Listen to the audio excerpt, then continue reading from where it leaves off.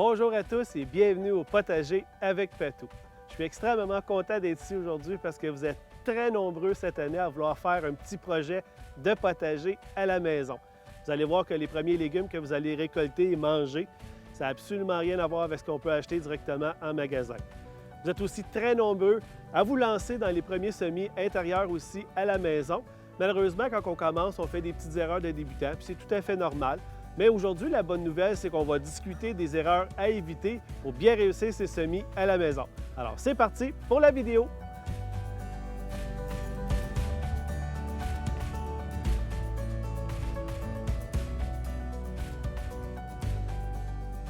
Alors, c'est votre première expérience. Vous avez décidé de vous lancer dans les semis à l'intérieur, croyant que c'est quand même relativement facile. On n'a seulement qu'à acheter quelques semis, on mélange avec un petit peu de terreau, on arrose et le tour est joué. Malheureusement, on se rend compte que quelques jours plus tard, ça n'a toujours pas germé. On rajoute un petit peu d'eau parce qu'on pense qu'on n'a pas mis assez pour finalement se rendre compte que les semis ont carrément pourri. C'est normal, j'ai fait les mêmes erreurs quand j'ai commencé, croyez-moi. Maintenant, pour vraiment bien comprendre les erreurs qu'on fait, je les ai séparées en deux portions. La portion des semis, pour vraiment bien savoir qu'est-ce qu'on fait pendant les semis, et les autres quand les semis ont commencé à germer.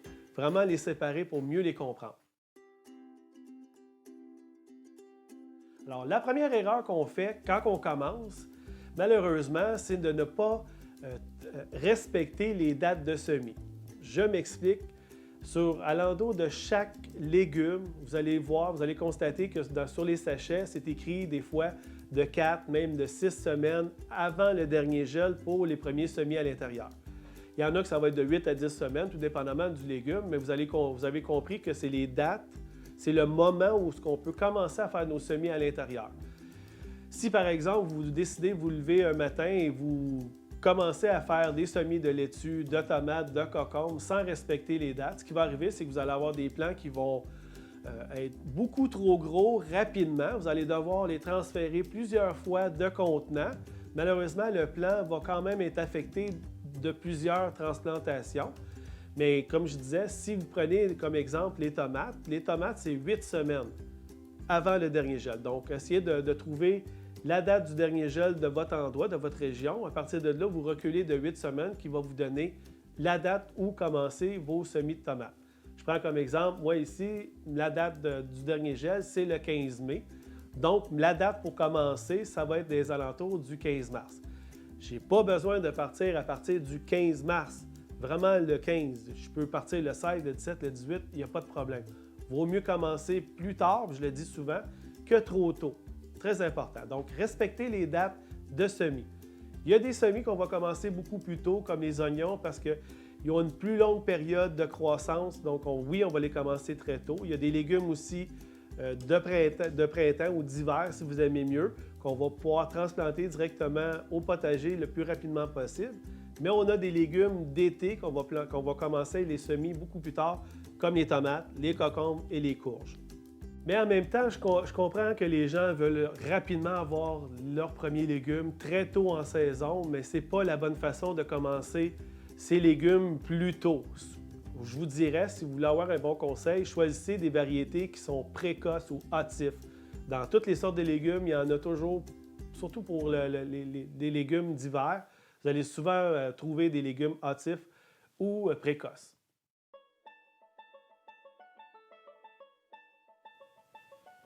Maintenant, une autre erreur qu'on fait souvent quand on commence, puis c'était une de mes principales erreurs que je faisais, c'était les quantités. Je prends toujours comme exemple les laitues parce que les laitues, on en sème beaucoup parce que les graines sont quand même relativement tout petites.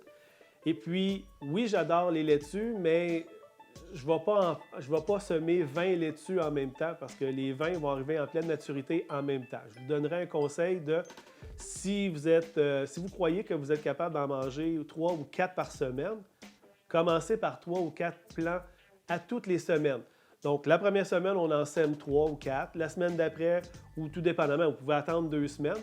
Mais de cette façon-là, vous allez avoir toujours des laitues fraîchement cueillies au potager à tous les semaines. Si vous en semez 20 d'un coup, vous allez avoir 20 laitues en même temps et par la suite, vous n'allez plus en avoir. Donc, vous allez en avoir 20 d'un coup, mais plus après. Donc, si vous, comme je dis, 3 semis à la fois par semaine, vous allez les étaler sur plusieurs semaines, vous allez toujours avoir des laitues fraîches au potager. Maintenant, la profondeur, c'est une des questions qui m'est souvent demandée dernièrement, à savoir quelle profondeur planter, semer les graines de tomates, de choux, etc. Moi, je vous dirais un petit conseil qui est facile à retenir, qui est vraiment pas compliqué, c'est plus votre semence est petite, moins de terreau qu'on met. Plus la semence est grosse, plus on va mettre de terreau. Mais c'est vraiment un ratio. Donc, si je prends comme exemple, dernièrement, j'ai fait les semis de menthe. Les graines sont vraiment tout petites, donc c'est à peine si j'ai mis une petite couche de terreau sur le dessus. Prochainement, quand je vais commencer à faire mes courges, mes cocombes ou même mes fèves, c'est sûr que je vais les transplanter beaucoup plus creuses. Mais toutes ces informations-là, vous devriez les retrouver sur le sachet de vos légumes que vous avez achetés. Mais comme je vous dis, si vous ne voulez pas, parce que c'est quand même assez difficile de savoir, j'ai-tu mis 2 mm, j'ai-tu mis 3 mm ou 1 cm, c'est vrai que c'est quand même assez compliqué à calculer, mais comme je vous dis, plus les semences sont petites, moins on met de terreau, plus ils sont grosses, plus on met de terreau. Une autre erreur qu'on fait souvent, l'humidité. On n'est jamais sûr quand on commence si on a assez mis d'eau ou si on a mis trop d'eau.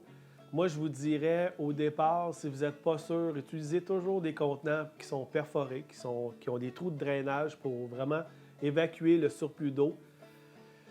Comme je vous dis, si vous n'êtes pas sûr, faites un premier arrosage, mettez-le de côté, attendez quelques instants pour vraiment vous assurer que l'eau a vraiment évacué le plus possible avant de commencer à semer. Mais par la suite, si vous avez fait un arrosage adéquat au départ, vous n'avez plus besoin d'arroser par après. Vous avez seulement qu'à le mettre à un endroit avec un petit dôme sur le dessus et puis vous n'avez plus besoin d'arroser jusqu'à temps que vous allez voir les premiers germes sortir. C'est vraiment avec l'expérience, avec les années que vous allez comprendre, que vous allez vraiment vous adapter parce que c'est quand même assez dur à expliquer quel taux d'humidité qu'on devrait avoir. Si vous n'êtes pas certain, vous pouvez faire le test du doigt. On met notre doigt sur le dessus pour sentir si la terre est humide. On peut aussi utiliser certains niveaux d'appareil qui peut calculer l'humidité aussi de votre terreau. Donc, il y a plusieurs façons de vraiment le vérifier. Mais encore là, vaut mieux en avoir beaucoup moins d'eau que trop. Trop, vous allez carrément faire pourrir vos semis. Tandis que si vous n'en mettez pas assez, le germe, il n'y aura pas assez d'humidité, donc il ne pourra pas germer. Une autre erreur aussi qu'on fait, c'est la température. Chaque légume, chaque semis a sa température pour bien germer. Si je prends comme exemple la laitue, les épinards, qui eux ont besoin de entre 5 et 10 degrés pour commencer à germer. Donc, ils ne sont pas vraiment difficiles avec la température.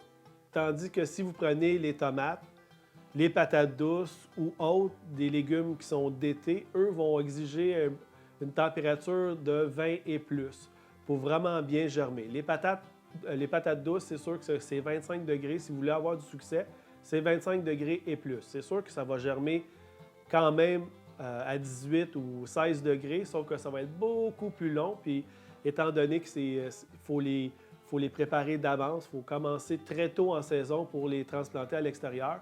Donc, si ça prend un mois de plus supplémentaire pour réussir à les faire germer, bien, vous allez manquer peut-être de temps à la fin de la saison.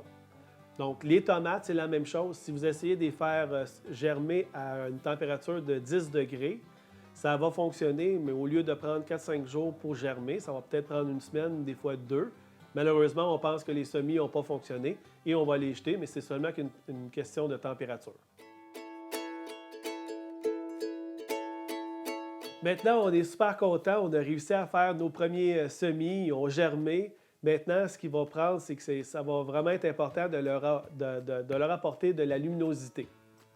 Encore là, il y a plusieurs façons d'apporter de la lumière. On peut soit choisir la lumière du soleil en plaçant nos semis sur le rebord de la fenêtre. C'est sûr que si vous en avez beaucoup, le rebord ne sera peut-être pas suffisant pour être capable de recevoir tous les semis. Si vous avez les moyens, c'est sûr que je force personne non plus aujourd'hui, c'est vraiment à votre choix, mais on peut choisir un système de lumière pour vraiment apporter le maximum de lumière qu'on a besoin pour les plants. Mais si vous êtes sûr d'avoir un endroit, d'avoir un minimum de 8 heures d'ensoleillement pour vos plants, on le met sur le bord de la fenêtre ou dans une petite véranda ou n'importe quel endroit que vous avez à la maison que vous assurez d'avoir beaucoup de lumière. Parce que dernièrement, j'ai vu beaucoup de gens qui ont commencé à afficher leurs photos des plants qu'ils ont commencé à faire à la maison. Puis je me rends compte qu'il y a beaucoup de plants de tomates qui ont commencé à filer. J'ai vu des plants de tomates à peu près de cette longueur avec les cotylédons au bout. Ça ne fait pas des plants qui sont très très forts, malheureusement. Ces plants-là, ils ne seront pas sauvables. Puis ce ne sera pas des plants à transplanter à l'extérieur parce qu'aussitôt qu'il va y avoir un coup de vent, malheureusement, la tige va être trop fragile et elle va casser. La deuxième erreur serait les arrosages.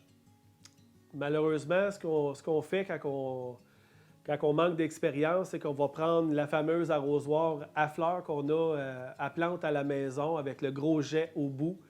On va commencer à arroser nos petites plantations qui sont très fragiles, qui viennent juste à peine de sortir.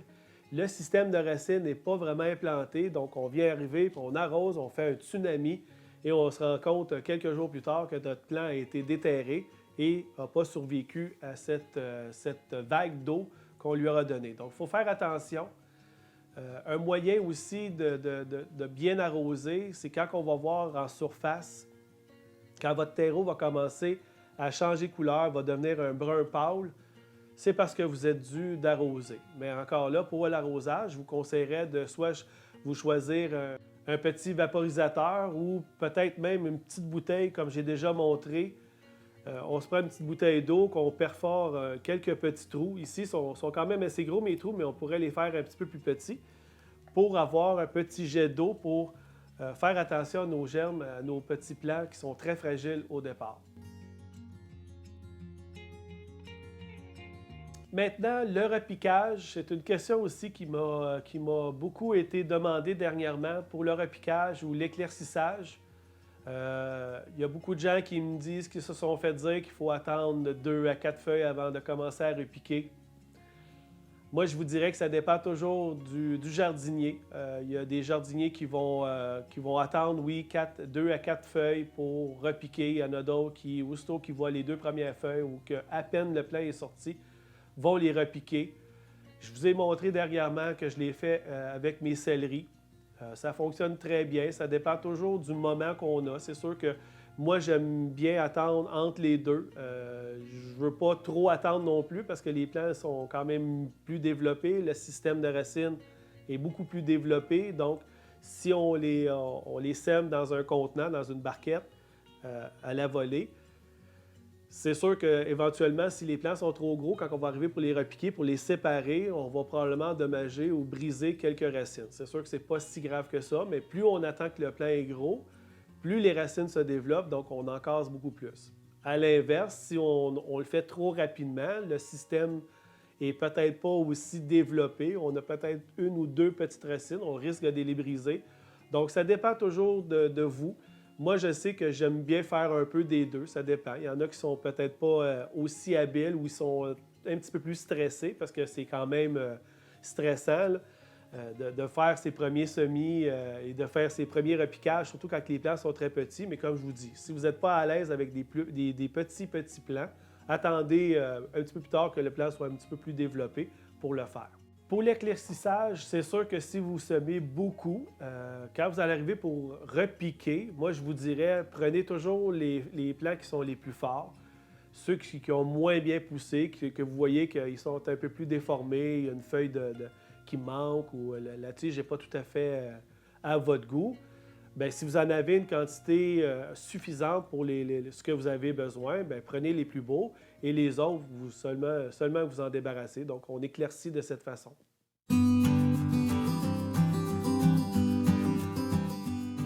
Maintenant, après qu'on a repiqué, il y a une abonnée qui m'a demandé qui avait de la misère à choisir dans quel contenant qu'on devrait repiquer tel légume. Un exemple très simple, si vous prenez des laitues, ou des épinards ou quel que soit le légume feuille que vous avez choisi, vous n'avez pas besoin de vous prendre un gros contenant. Des petits contenants de ce format vont faire amplement le travail parce que le système de racines pour les laitues n'est pas aussi développé qu'un autre légume. Par contre, si vous choisissez, si vous avez des plants de tomates ou de concombres, je vous suggérerais un contenant de ce format pour vraiment s'assurer d'avoir une bonne surface pour que les racines puissent se développer. C'est sûr que si vous choisissez un petit peu plus petit, vous pouvez toujours le transplanter dans un plus gros pot en temps et lieu. Mais comme je vous dis, les concombres, les courges, les tomates, vous les transplantez dans un plus gros contenant. Quand on commence, on ne sait jamais dans quel contenant qu'on va placer nos semis. Ça dépend toujours aussi des quantités. Si vous avez une grande quantité, comme moi ici, je vous ai montré dernièrement, les céleris, je les fait dans un petit contenant que je les ai semés à la volée pour en avoir une plus grosse quantité. Par la suite, ce que j'ai fait, c'est que je les ai repiqués individuellement parce que c'est un légume que je vais repiquer un par un au potager. Donc, je les ai placés dans des alvéoles, un par alvéole. Si vous avez des fines herbes, c'est un peu différent. Les fines herbes, je fais un peu des deux. Je vais en mettre 3-4 dans une alvéole que je vais repiquer éventuellement dans un contenant pour avoir un beau contenant avec un beau bouquet de fines herbes. Mais encore là, ça dépend toujours de l'espace aussi que vous avez à la maison. Si vous avez beaucoup d'espace, bien, vous pouvez étaler un petit peu plus en utilisant des contenants avec plusieurs alvéoles. Si vous n'avez pas beaucoup d'espace, bien, je vous dirais d'y aller progressivement en faisant soit dans une barquette, plusieurs variétés. Vous pouvez planter plusieurs légumes aussi dans le même contenant. Mais encore là, si vous choisissez de semer plusieurs sortes de variétés de légumes dans votre barquette, assurez-vous qu'ils ont le même temps de germination. Si vous avez des tomates qui prennent 4-5 jours et puis vous semez un autre légume qui, lui, va prendre une semaine à germer, mais c'est sûr que quand les tomates vont être prêtes à mettre à la lumière, les autres n'auront peut-être pas germé encore. Donc, vous accélérez le terreau de s'assécher trop rapidement, donc vous allez manquer d'humidité. Donc, vraiment s'assurer d'avoir la même variété ou le même temps de germination. Et la dernière qui est la plus importante que j'ai à vous dire aujourd'hui, c'est d'être patient et de ne pas stresser. Soyez calme parce que le jardinage, n'est pas censé être stressant, c'est censé être amusant, on est censé s'amuser. Oui, c'est sûr que quand on commence, on manque un peu d'expérience, il y a des choses qu'on ne comprend pas, qu'on ne sait pas. Je suis là pour vous aider du mieux possible. Si vous avez des questions, vous me les posez, mais soyez pas stressés. Vous êtes en retard de quelques jours pour partir vos semis, c'est pas plus grave que ça. Vous les partirez quand vous allez être capable de les partir. Moi, il y a plusieurs semis que je n'ai même pas fait encore, que je devais faire depuis une semaine. C'est pas plus grave que ça, je vais le faire en temps et lieu. Je n'ai pas besoin de courir, je n'ai pas besoin de stresser pour le faire, c'est important. Parce que comme j'explique, c'est vraiment amusant, il faut s'amuser, c'est une partie de plaisir, c'est une passion. Donc, on ne stresse pas et on reste patient. Alors, j'espère de vous avoir donné le maximum d'informations aujourd'hui pour bien réussir vos semis à l'intérieur. On a constaté que c'était des petites erreurs qui sont faciles à corriger, mais qui vont vraiment vous aider à augmenter le pourcentage de réussite de vos semis. Si vous avez aimé ma vidéo, on n'hésite pas à cliquer sur le petit pouce, ça va aider à ma chaîne à progresser. On n'hésite pas non plus à la partager avec le plus grand nombre de personnes pour qu'eux autres aussi puissent bénéficier de cette belle richesse. Si vous n'êtes pas abonné, on le fait maintenant, c'est gratuit de toute façon. Faites attention à vous, on se revoit très bientôt pour une nouvelle vidéo. Merci, bonne fin de journée!